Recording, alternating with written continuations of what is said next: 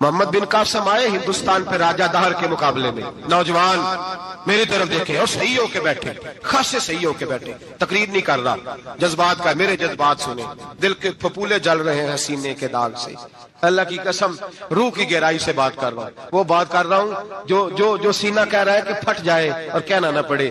قرآن و حدیث پڑھتے ہیں اور پھر اپنا حال دیکھتے ہیں تو لگتا یہ ہے کہ عذاب قریب آ گیا ہے، لگتا ہے زمین پھٹنے والی ہے، آسمان گرنے والا، لگتا ہے قریب آ گیا سارا کچھ۔ سمجھے کہ عرض کر یہ بات اگر آپ سمجھ گئے تو قیمت وصول ہو گئی، اس کو سمجھ گئے تو سمجھ لیں آپ کے مزاج کے اندر اللہ نے تبدیلی پیدا کر دی۔ محمد بن قاسم 18 سال کا جوان، ایک عورت کی عزت پر راجہ دہر ہندو نے حملہ کیا، محمد بن قاسم بچانے آئے۔ جب ہندوستان آئے فوج تھوڑی تھی، علاقہ تھوڑا تھا، راجہ دہر کی فوج بہت زیادہ، اور پھر اپنا عرب چھوڑ کے یہاں آ کے ہندوستان میں اس کے علاقے میں اس پہ حملہ کرنا، حالات خراب تھے۔ محمد بن قاسم پریشان ہے، ایک بزرگ نے دیکھا، کہنے لگے پریشان کیوں ہو؟ کہنے لگا سوچتا ہوں علاقہ بھی اس کا، فوج بھی اس کی، میرے فوجیوں کو تو رستوں کا بھی نہیں پتا، کیسے جنگ کریں گے، کدھر سے آئیں گے، اور پھر ہمیں زبان بھی نہیں آتی، کیسے کام ہوگا، ڈر رہا ہوں۔ 2-4 دن گزرے تو محمد بن قاسم اشاش بشاش ہو گئے۔ وہ بزرگ کہنے لگے خیر ہے، بڑے مطمئن ہو گئے ہو؟ کہنے لگے بس راجہ دہر ہم سے مقابلہ نہیں کر سکتا، راجہ دہر ہمارے مقابلے میں کھڑا نہیں ہو سکتا، وہ گرا کے گرا، وہ لڑکھڑایا کے لڑکھڑایا، ریزہ ریزہ ہو جائے گا۔ آپ کو کیسے خوشخبری مل گئی؟ کہنے لگے مجھے پتا چلا ہے کہ راجہ دہر ذہن کا گندا ہے، وہ تو چچا کی بیٹی کو نہیں چھوڑتا، ماموں کی بیٹی کو نہیں چھوڑتا، خالہ کی بیٹی کو گندی نظر سے دیکھتا ہے۔ جس کا ذہن گندا ہوتا ہے وہ کسی کا مقابلہ نہیں کر سکتا، ہمیں فتح ہوگی، فتح، وہ گرے گا۔ وہ بزرگ کہتے ہیں میں سمجھ گیا کہ واقعی سے فتح ہوگی۔ آج کشمیر کیوں آزاد نہیں ہو رہا، فلسطین میں آگ کیوں لگی ہوئی ہے؟ مسلمان جب تک ذہن کا گندا ہے کمزور ہے، جب تک ذہن کا ناپاک ہے کمزور ہے۔ حضرت سعد بن ابی وقاص رضی اللہ تعالیٰ عنہ فرمایا کرتے تھے اللہ مسلمان کی مدد اتنی دیر تک کرتا رہتا ہے جتنی دیر تک مسلمان کا ذہن صاف رہتا ہے، کردار پاک رہتا ہے۔ آگ اس لیے معاشرے میں لگی ہے۔ نوجوانوں تم کہتے ہو کامیابیاں نہیں ملتی، اسے کیسے کامیابی مل سکتی ہے جس کا ذہن ہی صاف نہیں؟ وہ کیسے دنیا کی بازی جیت سکتا ہے جس کی نگاہ ہی پاک نہیں؟ وہ کیسے آگے بڑھ سکتا ہے جس کے کردار میں پاکیزگی نہیں؟ اپنے آپ کو پاک کر لو، اللہ ہر مشکل میں تمہاری مدد فرمائے گا، ہر رستے میں تمہاری مدد فرمائے گا۔ اور میں نے کہا جب آدمی ناپاک ہوتا ہے تو رب کریم اس سے عبادت کی لذت چھین لیتا ہے، اور اللہ کی سب سے بڑی سزا یہ ہے کہ کسی کو سجدہ نہ لمبا کرنا دے۔ رب کریم سب سے زیادہ اس سے ناراض ہے جس کو قرآن پاک کی کھولنے کی توفیق نہ ہو۔ سب سے زیادہ رب کریم اس شخص سے ناراض ہے جو اللہ کی بارگاہ میں جھکنے کی لذت چھوڑ جائے۔ میرے نبی پاک سید عالم علیہ السلام کے صحابہ لمبی عبادتیں کرتے تھے، لمبی۔ کسی نے کہا تھا روم کے بادشاہ تھے کہ یہ مسلمان فاتح کیوں ہو جاتے ہیں؟ تو اس نے کہا میں نے مولا علی کے زمانے میں جاسوسی کرائی تھی، پتا کیا تھا کہ ہر میدان میں کامیاب کیوں ہوتے ہیں۔ تو کہتے میں نے دیکھا یہ دن کے مجاہد ہوتے ہیں پر رات کے عابد ہوتے ہیں۔ مشقت، محنت، جدوجہد، آگے بڑھنا، سستی نہیں، کاہلی نہیں، بیٹھے رہنا نہیں، ہاتھ پہ ہاتھ رکھ کے وقت نہیں بتانا، مسلسل جدوجہد۔ مولا علی ہمیشہ میدانوں میں رہے۔ سیدہ پاک فرماتی ہیں ہم نے وہ سارے رنگ دیکھے، کبھی مکے کی سختیاں، کبھی بدر، کبھی احد، کبھی کچھ، ہر وقت حالات کا مقابلہ۔ امام حسن بھی میدانوں میں رہے، زہر دیا گیا، شہید کیے گئے، اور کربلا میں تو سارا خاندان میرے محبوب کا میدان میں آ گیا۔ انہوں نے جدوجہد کی۔ میں اقبال کا لہجہ ادھار لے کے بات کروں گا۔ اقبال کہتے ہیں لہو مجھ کو رلاتی ہے جوانوں کی تن آسانی۔ یہ جو آرام پسند وجود ہے نا، وہاں لیٹے ہیں موبائل لے کے، وہاں لیٹے ہیں، لہو مجھ کو رلاتی ہے جوانوں کی تن آسانی۔ اٹھ باندھ کمر کیوں ڈرتا ہے، پھر دیکھو خدا کیا کرتا ہے۔ آپ آگے بڑھیں، ہمت کریں۔ سستی، کاہلی، کمزوری مسلمان کا شیوا نہیں۔ اپنی زندگی جدوجہد سے عبارت کریں، یہ کام بھی میں نے کرنا ہے، وہ کام بھی میں نے کرنا ہے، یہ بھی میرا ذمہ ہے، وہ بھی۔ زندگی میں زیادہ سے زیادہ اپنے وجود سے نفع لیں۔ یہ حضور کی اولاد پاک کا ہمیں سبق ہے۔ پھر نبی پاک علیہ السلام کی اولاد پاک نے ہمیں یہ بتایا ہے کہ استقامت جو ہے نا وہ زندگی کا حسن ہے۔ میں بڑا پریشان ہوتا ہوں نوجوانوں کے ارادوں سے. سویرے ارادہ اور ہے, دوپہر کو ارادہ اور ہے, شام کو وہ دونوں ہی بدل دیے ہیں, تیسرا پروگرام بن گیا. اب کیا ہوا, اب میں نے فلانے موٹیویشنل اسپیکر کو سن لیا. او بھائی, اس بیچارے کو تو خود ضرورت ہے کہ کسی کو سنے, آپ اس کو سن رہے ہیں. وہ خود صبح کچھ کہتا ہے, دوپہر کچھ کہتا ہے. کوئی بھی شخص جو کتاب و سنت کی روشنی کے بغیر بات کرتا ہے اس کی باتیں کچی رہ جاتی ہیں. پکی باتیں صرف اس کی ہیں جو اپنی نہیں کرتا, جو کہتا ہے میری تو بات بن گئی ہے تیری بات کرتے کرتے.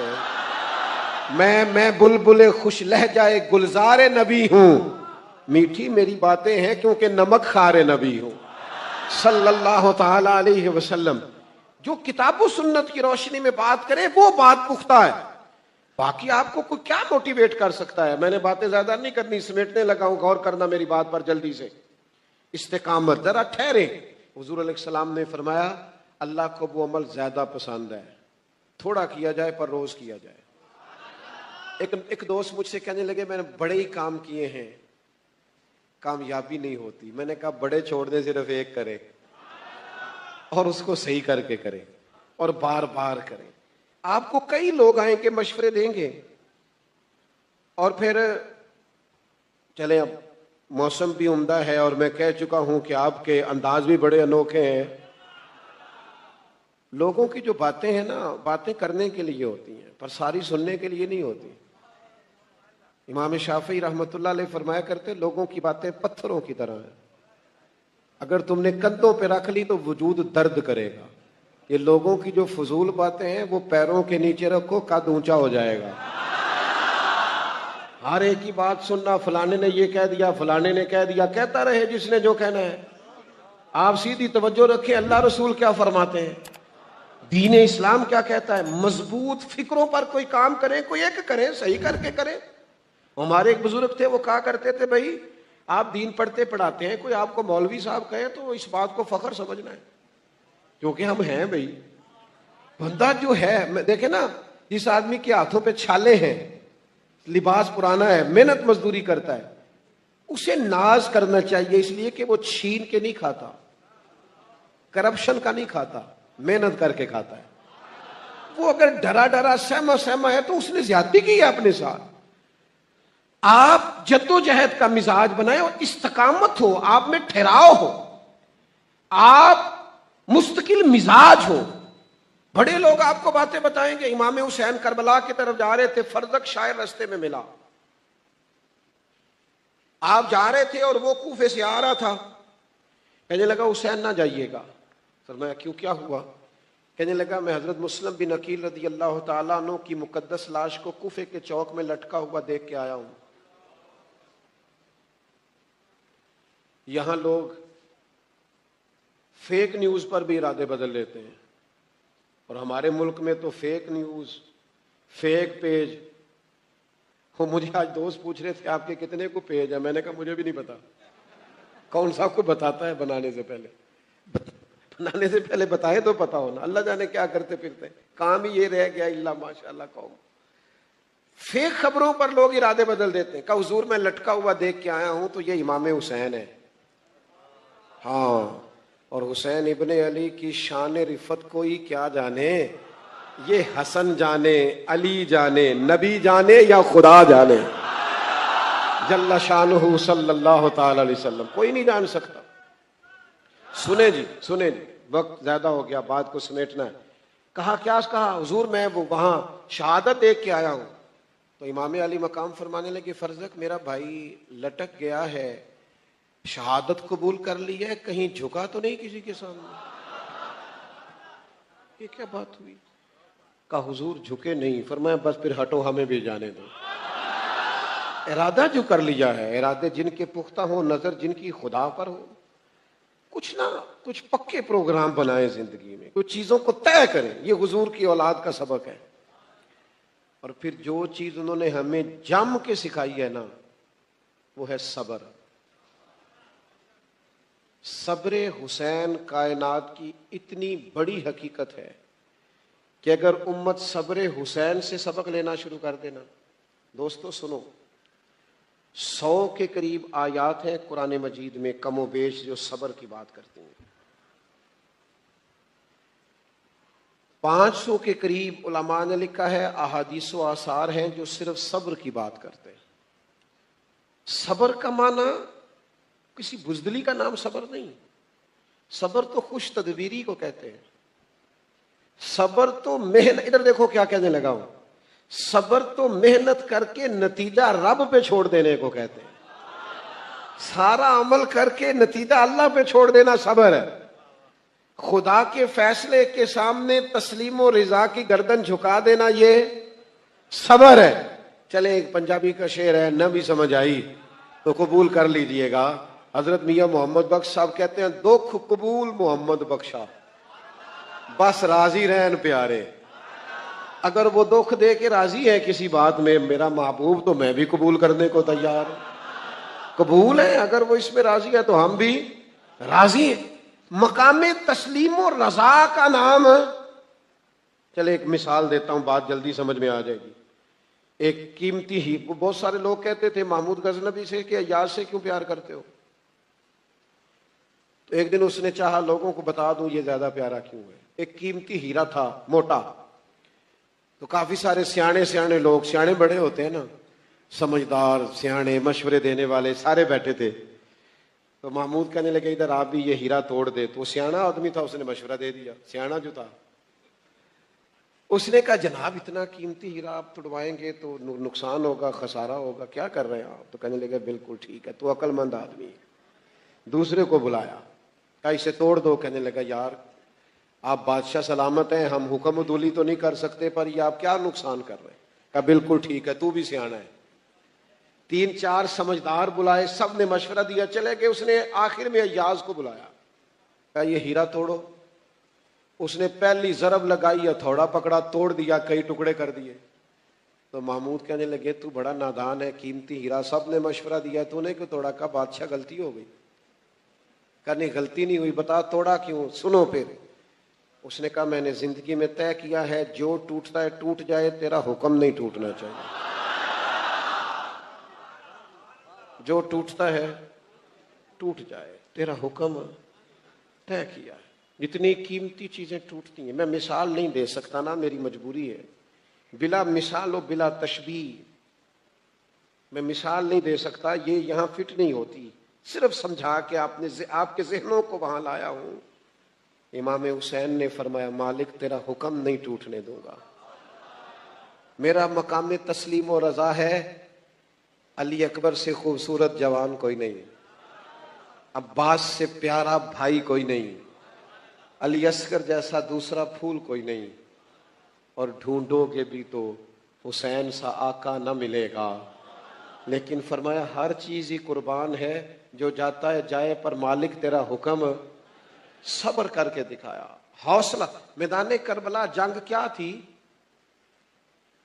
70-72، کچھ کہتے نہیں زیادہ تھے، 125 تھے. چلے ٹھیک ہے آپ 300 کر لیں، اور سامنے ہزاروں کا لشکر.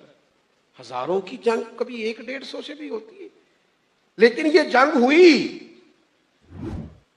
حکومت 4 سال پھر بھی یزید نے کی، پر اس میں فتح امام حسین کی ہوئی. یاد رکھنا یہ جنگ تھی، فوج تھی، اسلحہ تھا، نیزے تھے، تلواریں تھیں. امام حسین کے پاس جواب میں صبر تھا. نیزے، تلواریں، تیر، برچیاں ہار گئے، اور امام حسین کا صبر جیت گیا. میرے دوستو، ہو سکتا ہے آپ کا مخالف وقتی طور پر فتح یاب ہو جائے، ہو سکتا ہے تھوڑی دیر کے لیے حضرت یوسف علیہ السلام کو جیل میں جانا پڑ جائے، ہو سکتا ہے وقتی طور پر کچھ حالات کا دائرہ اور ہو جائے، لیکن صبر کا دامن نہ چھوڑنا، اس لیے کہ ہمیشہ صبر جیتا کرتا ہے. کیوں جیتتا ہے؟ کہ ان اللہ مع الصابرین، اللہ صبر کرنے والوں کے. تو صبر ہمیشہ، میری ملت کے جوانوں میں صبر نہیں. یہ سویرے انقلاب چاہتے ہیں، 8 دن محنت کر کے 9ویں دن انقلاب چاہتے ہیں. اتنی جلدی نہیں بھائی نا.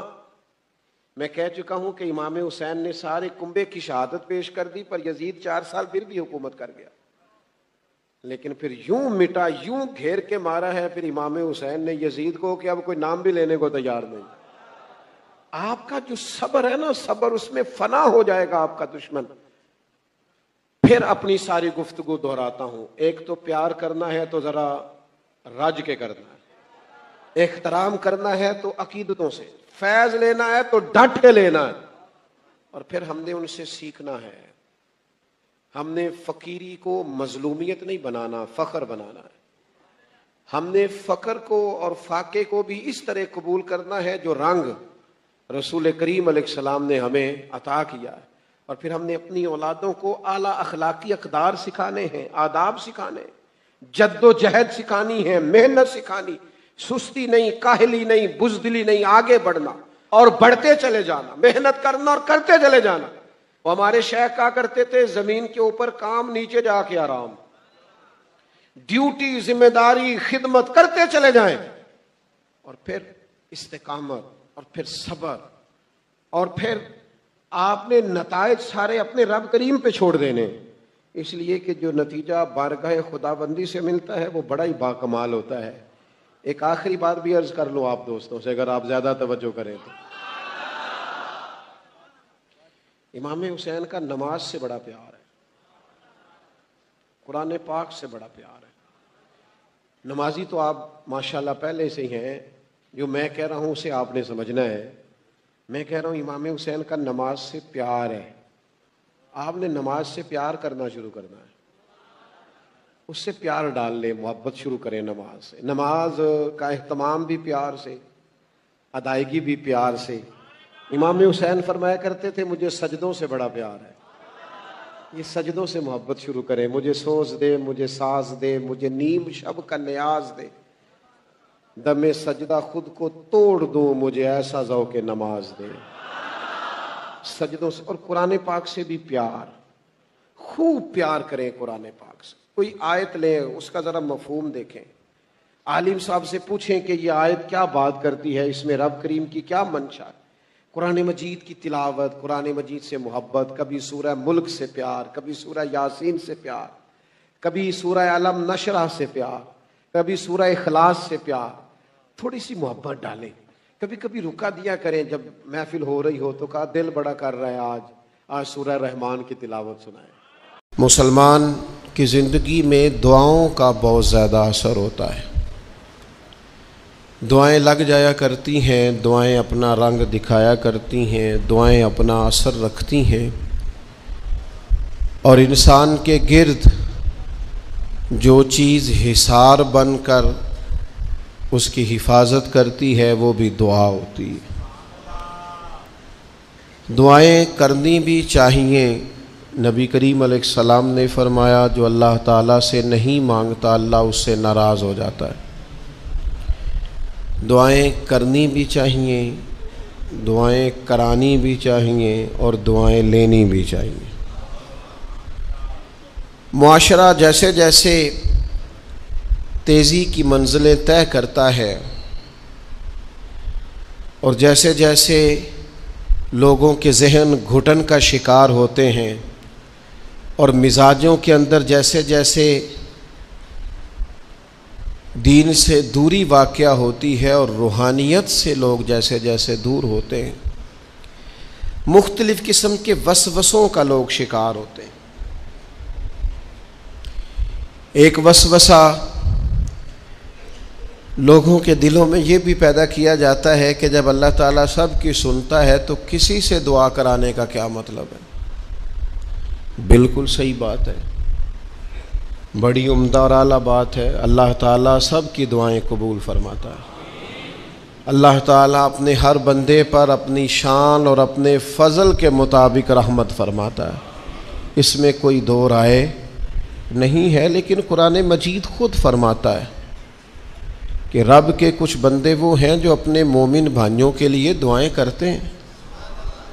یہ کسی دوسرے کے لیے دعا کرنا اتنا محبوب عمل ہے کہ اللہ نے اسے قرآن مجید میں بیان فرمایا، والذین جاءوا من بعدہم یقولون ربنا اغفر لنا ولإخواننا الذین سبقونا بالایمان فرمایا وہ جو ان کے بعد آئے وہ عرض کرتے ہیں رب کی بارگاہ میں کہ اے اللہ ہمیں بھی بخش دے اور ہمارے ان بھائیوں کو بھی بخش دے جو ہم سے پہلے ایمان لائے۔ وہ اپنے پچھلوں کے لیے دعائیں کرتے ہیں، اللہ کے حضور عرض کرتے ہیں یا اللہ انہیں معاف کر دے، انہیں بخش دے۔ یہ دعا انہوں نے کسی کے لیے کی، اللہ نے اس دعا کو قرآن مجید کے اندر بیان فرمایا۔ دیکھیے سب کی دعائیں اللہ کے حضور قبول ہوتی ہیں، لیکن کچھ زبانیں ایسی ہیں جو رب کریم کو پیاری بہت زیادہ ہیں۔ حدیث صحیح میں موجود ہے، نبی پاک علیہ السلام نے فرمایا، رب فرماتا ہے جب بندہ کثرت نوافل کے ذریعے میرے قریب ہو جاتا ہے تو وہ پھر اتنا قریب ہو جاتا ہے، اتنا قریب ہو جاتا ہے کہ میں اس کی زبان بن جاتا ہوں، جب بھی وہ سوال کرتا ہے میں اپنے فضل سے اسے عطا کرتا ہوں۔ بخاری مسلم دونوں میں موجود ہے۔ اب ایسی زبانیں جن کو اللہ تبارک و تعالیٰ کی بارگاہ سے یہ اذن مل گیا، کثرت عبادت، کثرت نوافل، زہد، ورع، تقوی، کہ اللہ کے حضور جب وہ عرض گزار ہوتے ہیں تو مالک ان کی دعائیں قبول فرماتا ہے۔ تو اب اگر کسی کو کسی ایسی زبان کی خبر آئی اور اس نے جا کے اس سے دعا کرائی اور اللہ نے اپنے فضل سے اس بندے پر رحمت کر دی اور دعا قبول ہو گئی، تو بتائیے حرج والی بات کیا ہے؟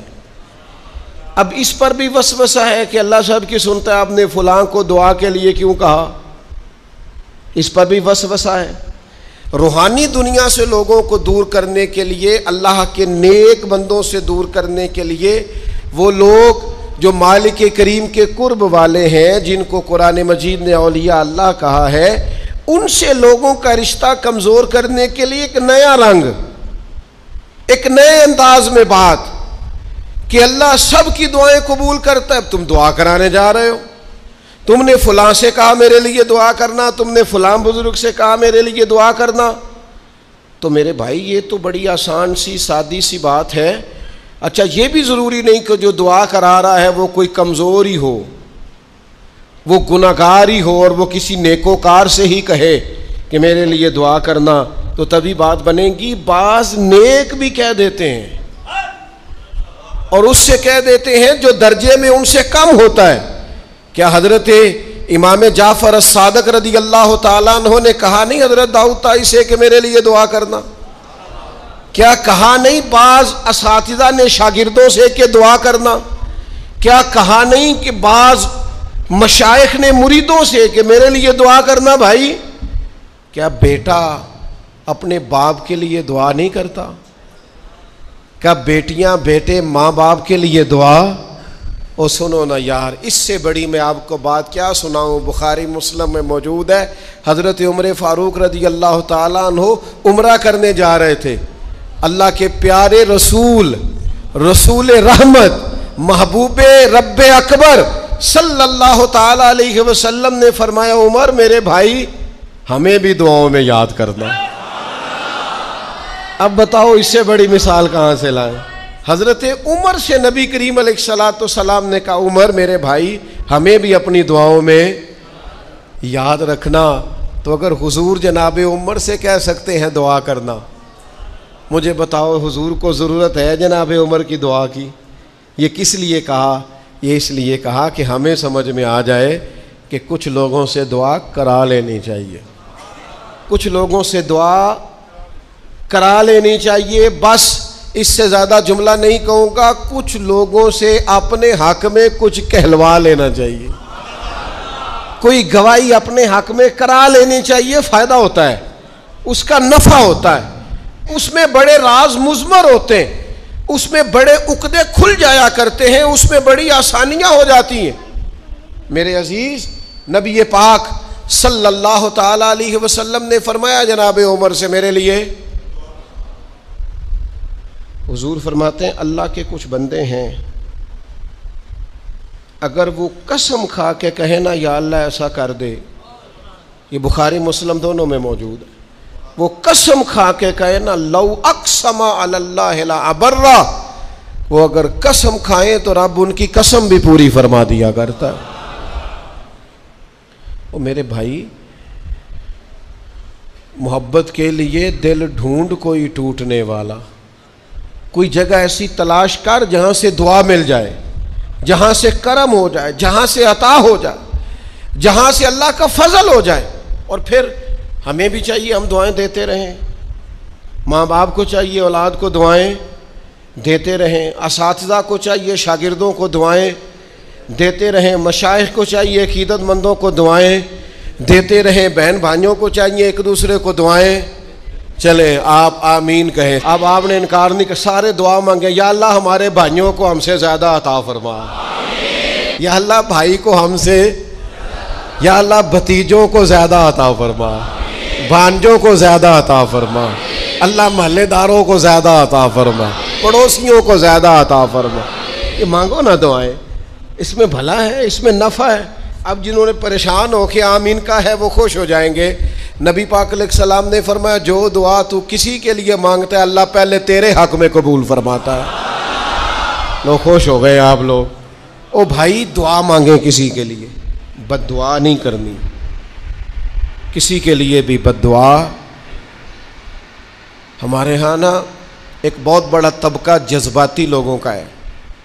ہمارے ایک استاد کہا کرتے تھے جذباتی لوگوں سے دوستیاں نہیں کرنی چاہیے، جذباتی لوگوں سے تعلقات نہیں بنانے چاہیے، اس لیے کہ جس بندے کا اپنے اوپر کنٹرول ہی نہیں تو وہ کسی کے حق میں کیا کرے گا.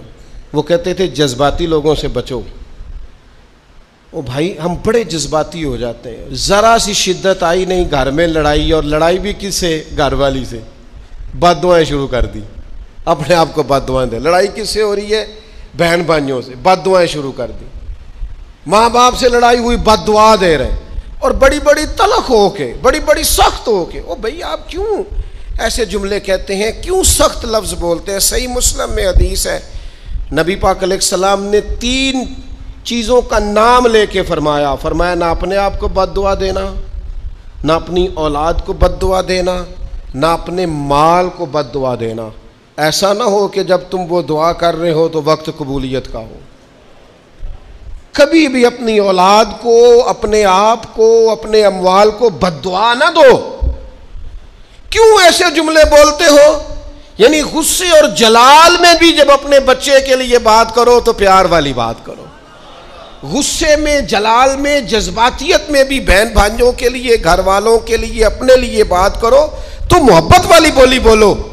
کبھی بھی اپنے لفظوں کو سخت نہ کرے. ہمارے ہاں 1 منٹ لگتا ہے، لوگ کہتے ہیں اللہ کرے میں مر جاؤں، اللہ کرے میں تباہ ہو جاؤں، اللہ کرے میں. او بھائی تو ٹھہر جا. اللہ تعالیٰ نے زندگی تجھے اپنے فضل سے عطا فرمائی ہے. تجھے کیا مصیبت بن گئی ہے؟ تو کہاں سے نکلا ہے؟ تو کہاں پہنچ گیا ہے؟ تو کیسے کہتا ہے میں مر جاؤں؟ تو اپنی جان کا مالک ہی نہیں. تو مالک ہوتا تو اپنی مرضی کے خاندان میں پیدا ہوتا، اپنی مرضی کی تاریخ کو پیدا ہوتا، اپنی مرضی کے ملک میں پیدا ہوتا. تو اپنی جان کا مالک ہی نہیں. مالک تو وہ ہے جس نے اپنی مرضی کی جگہ پہ پیدا کیا ہے، اپنی مرضی کا وقت دیا ہے. تو کیسے کہتا ہے میں مر جاؤں؟ نہیں، تو مر سکتا. اپنی مرضی سے مرے گا تو خودکشی حرام ہے، اور رب رسول کے راستے میں مرے گا تو شہادت کی موت نصیب ہوگی، ہمیشہ کی زندگی ملے گی. وَلَا تَقُولُوا لِمَن يُقْتَلُ فِي سَبِيلِ اللَّهِ أَمْوَاتٌ. لہذا جذباتیوں کی بد دعائیں کرنا اور سخت بد دعائیں کرنا. میرے ابا جی بھینس کو بد دعا دینے سے بھی منع کرتے تھے. اور میں کبھی کبھی حیران، جب ہم نے یہ حدیثیں پڑھی نا بعد میں کہنا سا یار ان پڑھ بندیاں نے کتوں سبق لیا. آج جانور کو، بھینس کو، وہ کسی وقت وہ تنگ آتے نا تو کوئی سخت لفظ کہتا تو کہتے نہ بھائی مال نو بد دعا نہیں دئی دی. تو اس وقت تو مطلب سمجھ نہیں تھی کہ یار مطلب مال نو بد دعا نہیں دئی دی، ایڈی کیڑی میرا مطلب ہے مشکل ہے. ان بندہ ماج نو بھی مندہ نہ آکھے. لیکن وہ جب روایات پڑھیں بعد میں تو سمجھ آئی کہ کچھ علوم کتابوں میں ہیں، اور چونکہ مسلمان سینہ بسینہ آ رہے ہیں تو کچھ تربیتیں ایسی ہیں جو لفظوں میں تو نہیں، لیکن بڑے بوڑھوں نے جو سنا سیکھا ہے وہ اپنے پلے سے باندھا ہوا ہے. انہوں نے اپنی گرہ سے اچھی طریقے سے کر کے باندھا ہے. بد دعا نہیں، آپ دعا کریں، آپ اچھے لفظوں میں. اور کوئی بندہ مل جائے نا، میں ویسے نے کئی دفعہ کہا ہے، پھر کہتا ہوں، آج کل نا کو میرے جیسے بندے کو چلو اونچی کرسی پہ بیٹھتا ہے، نماز پڑھاتا ہے، پگڑی باندھتا ہے، تو کوئی بندہ نیک سمجھ بھی لے تو دعا نہیں کراتا، فوٹو ہی لیتا ہے۔ پہلے لوگ دور سے آتے تھے تو آ کے کہتے تھے دعا کرانے آئے، اب وہ کہتے ہیں بڑی دور سے چل کے آیا ہوں جی، بڑی مہربانی، تو کہتے ایک فوٹو مل جائے گی۔ وہ اللہ کے بندے، ہم دعا دے رہے ہیں تو فوٹو لے رہا ہے۔ پھر ایک اور گل آج کل بڑی عام ہے، وہ کہتے جی ذرا یادگیری رہندی ہے، تو میں کہ غوث پاک دی تے کوئی فوٹو نہیں، سانو تے ہر ویلے یاد رہندے نے، کوئی فوٹو نہیں، ہمیں تو کبھی نہیں بھولے۔ خواجہ اجمیر کی کوئی فوٹو نہیں، ہماری نس نس میں آباد ہے۔ امام اعظم ابو حنیفہ کی کوئی فوٹو نہیں، لیکن ہم تو حنفی ہیں، ان کا نام لے لے کے جیتے ہیں۔ میرے حضرت صاحب کے ساتھ کوئی فوٹو نہیں، جرت ہی نہیں تھی، اتنے قابل ہی نہیں تھے کہ ساتھ کھڑے ہو سکے۔ وہ میرے گھر کبھی نہیں آئے، اور میں سمجھتا تھا گھر اس قابل بھی نہیں کہ اتنی بڑی ذات کو میں کہوں کہ تو میں کو جیتے دل بر سونا، اور کتنا سونا، او سونا تے رج کے سونا تے سونا جی میں سویرا، میں کو جاتے رج کے کو جاتے کو جا جی میں ہنیرا۔ کبھی اتنی جرت ہی نہیں کی، اتنی طاقت کے ساتھ کھڑے ہو کے کہیں کہ میں تیرے برابر ہوں، تو فوٹو بنا، اتنی جرت کبھی ہوئی نہیں۔ لیکن کیا کریں، دور بدلا، حالات بدلے، زمانہ بدلا، طور طریقے بدلے۔ وہ کبھی لوگ مشائخ کے پاس دعائیں لینے جاتے تھے، کہتے تھے ہم آئے ہیں کوئی دعا کر دیں، وقت بدل گیا، 30 سیکنڈ کی ویڈیو رہ گئی۔ او خدا کے بندو، تھوڑا سا روحانی زندگی کی طرف آؤ، روحانی زندگی کی طرف۔ او بھائی دعائیں کرائیں، اپنے لیے گواہیاں پکی کریں، اپنی والدہ سے، اپنے والد سے، اپنے دادا سے، اپنے نانا سے، اپنی نانی سے، اپنی دادی سے، اپنے بہن بھائیوں سے، اپنے دوستوں سے، اپنے مرشد سے، اپنے استاد سے دعا کراؤ۔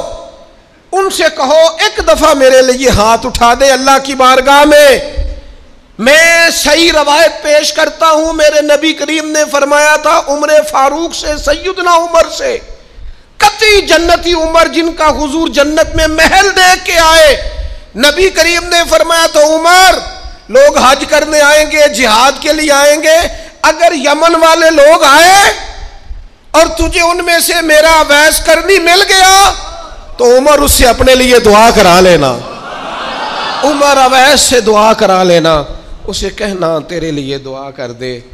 حضرت فاروق اعظم ڈھونڈتے رہے، ملاقات ہوئی سیدنا ویسے کرنی سے، کہا دعا کر دے یار میرے لیے۔ وہ ڈھونڈو، کوئی بیٹھا ہوا مجھے دور دعا دیتا ہے، میں ڈوبتا ہوں پر سمندر اچھال دیتا ہے۔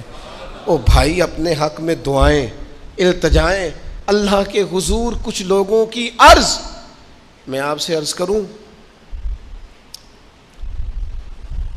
کچھ لوگوں کو دعا لگ جاتی ہے۔ آپ کو جو آدمی بڑا چمکتا دمکتا اجلا نظر آئے نا، اس کا کبھی ماضی ٹٹولو گے نا تو کبھی کوئی اس کے گھر سے روٹی کھا گیا تو فقیر اور اس نے ذوق سے کھلائی تھی، کبھی پیچھے سے ٹٹولو گے تو کوئی روٹی کھا کے دعا کر گیا تھا، کوئی چند گھڑیاں دروازے پہ رہا تھا، اس نے نیکی کی تھی دعا کر گیا تھا۔ کبھی ٹٹولو گے، ڈھونڈو گے تو بیمار ماں نے کسی کو دعا دی تھی کہ پتر اللہ تیرے اوپر فضل کرے، کسی کے بوڑھے باپ بیمار نے دعا دی تھی اللہ تجھے کسی کا محتاج نہ کرے، کسی نے دعا دی تھی۔ وہ دعا ہے جو اس کے دائیں بائیں آگے پیچھے چلتی ہے۔ حضرت مولا علی شیر خدا رضی اللہ تعالیٰ عنہ گرمیوں میں بھی موٹے کپڑے پہن کے پھرتے تھے۔ لوگوں نے کہا حضور سخت گرمی اور پھر آپ تو بڑے دلیر آدمی، جوان اور گرمیوں میں بھی موٹے کپڑے۔ فرمانے لگے نبی کریم نے دعا دی تھی کہ اللہ علی کو موسم کی شدت سے بچا کے رکھنا، موسم کوئی بھی ہو علی پہ اثر ہی نہیں کرتا، شیر خدا پہ اثر ہی نہیں ہوتا، موٹے پہن لوں پتلے پہن لوں، اللہ میرے جسم کو موسم کی شدت سے محفوظ رکھتا ہے۔ اپنے لیے دعائیں سمیٹ، چکروں میں نہ پڑھیں، وہ جی سب کی اللہ سنتا ہے، کس نے کہا نہیں سنتا؟ لیکن کچھ ایسے ہیں جو ہاتھ اٹھا دینا تو رب کریم قبولیت سے فرماتے ہیں دیر نہ کرنا، ذرا جلدی جانا. قبولیت سے اللہ کہتا ہے. کچھ ایسے ہیں جو ہاتھ اٹھا دے نا ہاتھ, تو اللہ تعالیٰ مرحوم خورشید گیلانی سے اللہ تعالیٰ ان پر فضل کرے, کچھ تھوڑا ربط رہا. انہوں نے نا ایک جملہ اپنی والدہ کے لیے کہا تھا. کہنے لگے میری اماں ان پڑھ تھی, اپلے تھاپتی تھی, اور ان کا آنچل دوپٹہ بھی کئی دفعہ میلا رہتا تھا. پر مرحوم گیلانی صاحب کہتے ہیں میری ماں کبھی میلا دوپٹہ بھی سامنے کر کے اللہ سے میرے لیے رحمت مانگتی تھی تو مجھے لگتا تھا مالک نے فضل فرما دیا. بھائی اپنے لیے رحمت اپنی والدہ سے, والد سے, بوڑھوں سے, بزرگوں سے دعائیں لیں. کچھ دعائیں ایسی ہوتی ہیں جو کرم کر دیتی ہیں, جو آسانی. اور ایک دوسرا پہلو بھی ہے, کبھی کسی بندے کو اتنا تنگ نہ کرنا کہ وہ اتنی تکلیف میں آئے کہ وہ خود تو کچھ نہیں کر سکتا, ماڑا ہے, لیکن پھر وہ رات کو اپنے رب کی بارگاہ میں بیٹھ کے کہے کہ تو حاکم و عادل ہے مگر تیرے جہاں میں ہے تلخ بہت بندہ مزدور کے اوقات. پھر ایسا نہ ہو غریب ہے, ماڑا ہے, خود تو کچھ نہیں کر سکا, پھر اللہ کی بارگاہ میں تیری شکایت کرے. ایسا نہ کرنا. میرے نبی پاک علیہ السلام کے درویش صحابی تھے حضرت سعید بن زید رضی اللہ تعالیٰ عنہ, فقیر فاقہ مست. حضرت عمر رضی اللہ تعالیٰ عنہ کے قریبیوں میں سے تھے. ایک عورت نے الزام لگا دیا زمین کے قبضے کا. میں کیسے آپ سے کہوں کہ جب لوگ کسی ایسے شخص پر جس نے زندگی ساری دیانتداری سے گزاری ہو, لوگ الزام لگاتے ہیں نا, تو یہ بھی نہیں سوچتے ہم بات کس کے بارے میں کر رہے ہیں. کھلی ہوئی زبان ہوتی ہے, جو مرضی کہہ دیتے ہیں. حضرت سعید بن زید پر الزام لگا دیا. اتنا بڑا آدمی, محبوب کا صحابی, اور عورت نے الزام لگا دیا. اور جب اللہ والے بد دعا دیتے نہیں, لیکن جب کوئی تکلیف اتنی دے, کلیجہ پھٹ جائے, پھر بندہ کیا کرے. وہی بات کہ اب وہ کچھ کہہ نہیں سکتے تھے, ایک عورت پر کس طرح کوئی بات ہو سکتی تھی. دونوں ہاتھ اللہ کی بارگاہ میں اٹھائے, یہ صحیح حدیث میں موجود ہے. دونوں ہاتھ اللہ کے حضور اٹھا کے عرض کرنے لگے مالک اگر یہ عورت جھوٹی ہے نا تو پھر اسے اندھا کر دے اور اس کی قبر اس کے گھر میں بنا دے. صحابہ فرماتے ہیں کہ حضرت سعید ابن زید کا تو وصال ہو گیا, زمانہ گزر گیا, لیکن ہم نے پھر اس بی بی کو اندھا ہوتے دیکھا ہے. پھر اس کے گھر میں کنواں تھا اور ہم نے اسے اپنے ہی گھر کے کنویں میں گر کے مرتے ہوئے بھی دیکھا ہے. اس لیے کہ جب آپ کسی کو تکلیف دیتے ہیں, جب آپ ستاتے ہیں, جب آپ وہ بات کرتے ہیں جو اس بندے میں موجود نہیں ہے, جب آپ جھوٹ بولتے ہیں اپنے نفس کی تسکین کے لیے, جب آپ زیادتی کرتے ہیں صرف اپنی انا کے لیے, تو پھر بعدوں کا دعائے ضرر نکلتی ہے منہ سے, دعائے ضرر, اور یہ رد عمل کے طور پر نکلتی ہے. نبی پاک رحمت للعالمین ہے, لیکن جب حضور گزرے نا ایک دن طواف بیت اللہ شریف کر کے, تو کفار نے پھبتیاں کسیں, بار بار بلا بھلا کا. ایک طواف بھی حضور نے کر لیا, دوسرا بھی کر لیا, تیسرا بھی, اور پھر انہیں اوجڑیاں ڈالی, کئی تکلیفیں دی. تو اس وقت حضور نے پھر دعا کی تھی, اے اللہ گن لے ان لوگوں کو, گن مالک ان بندوں کو, یہ اتنی تکلیف دیتے ہیں. حضرت صدیق اکبر فرماتے ہیں وہ جن کے لیے محبوب نے اس دن دعا کی تھی وہ چن چن کے بدر میں قتل ہوئے, سارے گن گن کے وہ لوگ قتل ہوئے. کیوں ہم کسی کو اتنا ستائیں کہ اس کے منہ سے پھر ایسے جملے نکلیں جو ہم سے سنبھالے نہ جا سکیں. حضرت سعد بن ابی وقاص, بخاری مسلم دونوں میں حدیث, حضرت عمر نے انہیں کوفے کا گورنر بنایا تھا, حاکم بنایا تھا.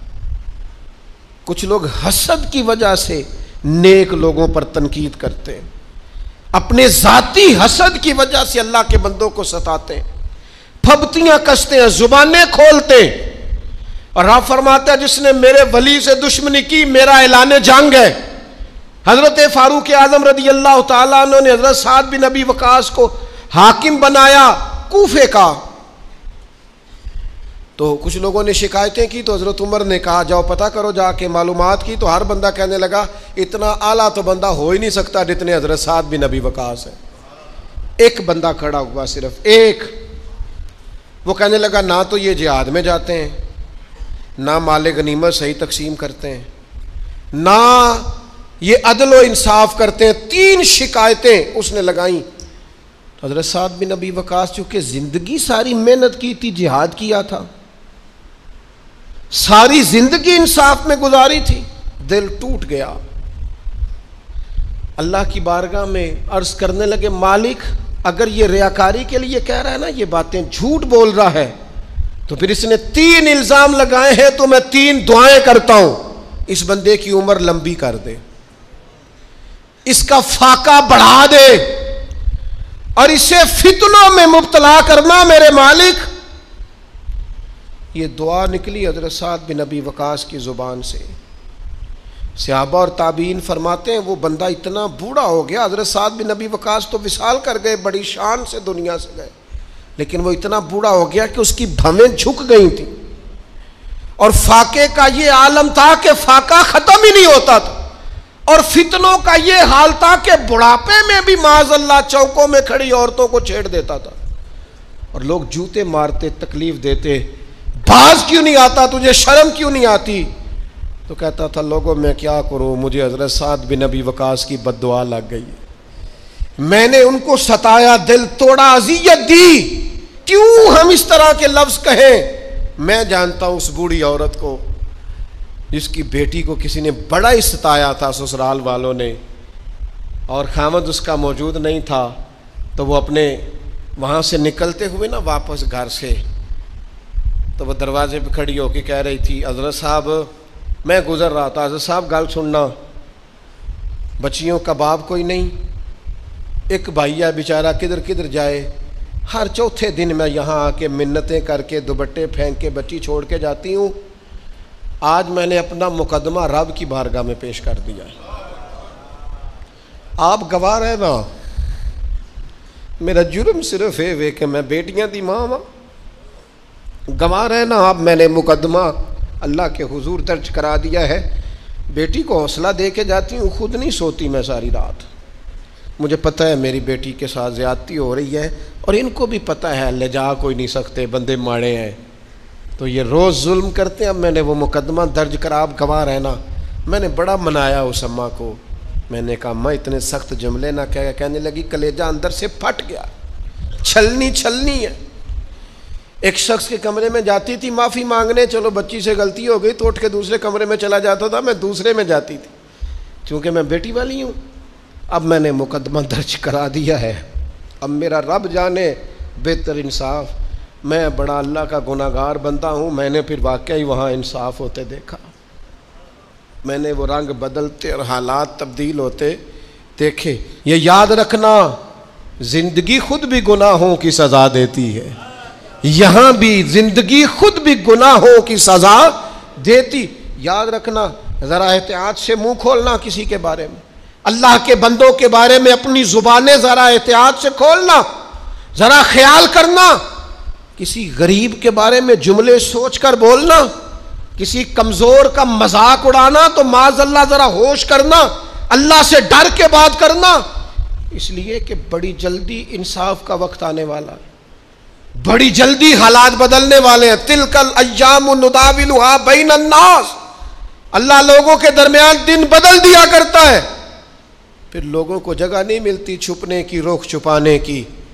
2 ہی باتیں آج آپ کے سامنے رکھی ہیں، ایک تو نیکوں سے دعا لے لو، اللہ والوں سے دعا لے لو، ماں باپ سے دعا لے لو، بزرگوں سے دعائیں، اور دوسرا بد دعاؤں سے بچ جاؤ، دعائے ضرر سے بچ جاؤ، کسی کو اتنا نہ ستاؤ کہ بیچارہ خود کچھ نہ کر سکے اور اللہ کے حضور تمہاری شکایت کرے، بچو۔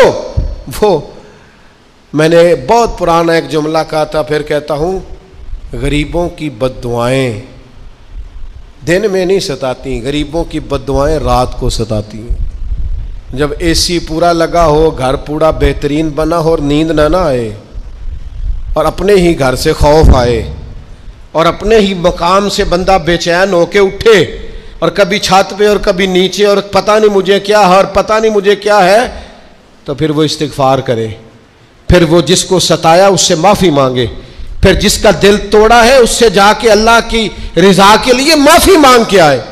اس لیے کہ کچھ سکون ایسے ہیں جو صرف معافیوں سے ملتے ہیں، وہ صرف کسی کو راضی کرنے سے حاصل ہوتے